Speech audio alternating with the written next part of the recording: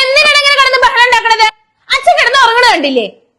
രാവും പകലും കിടന്ന് കഷ്ടപ്പെട്ട് ജോലി ചെയ്ത് ഒന്ന് റെസ്റ്റ് എടുക്കുക. ബഹളം ഉണ്ടാക്കണോ അവര്? ബഹളം. ഉറങ്ങാനൊന്ന് സമാധാനം കൊടുക്ക്. ഒന്ന് ശബ്ദം കുറച്ച് സംസാരിക്കേട്ടാ.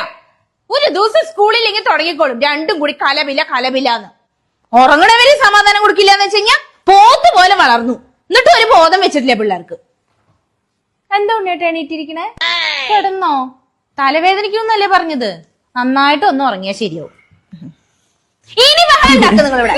ശരിയായിട്ട് തന്നെ ഞാൻ രണ്ടിനെയും പിടിച്ച് പുറത്താക്കും. കിടന്നോട്ടാ.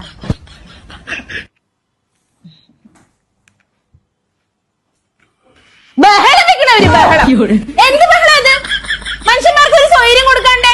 അല്ല പിന്നെ രണ്ട് പിള്ളേരും കൂടിയിട്ടുണ്ടല്ലോ. അവിടെ എവിടെയെങ്കിലും പോയിരിക്കണം. അവിടുന്ന് ഇവിടെ അപ്പുറത്തെ റൂമിൽ പോയിരിക്കും.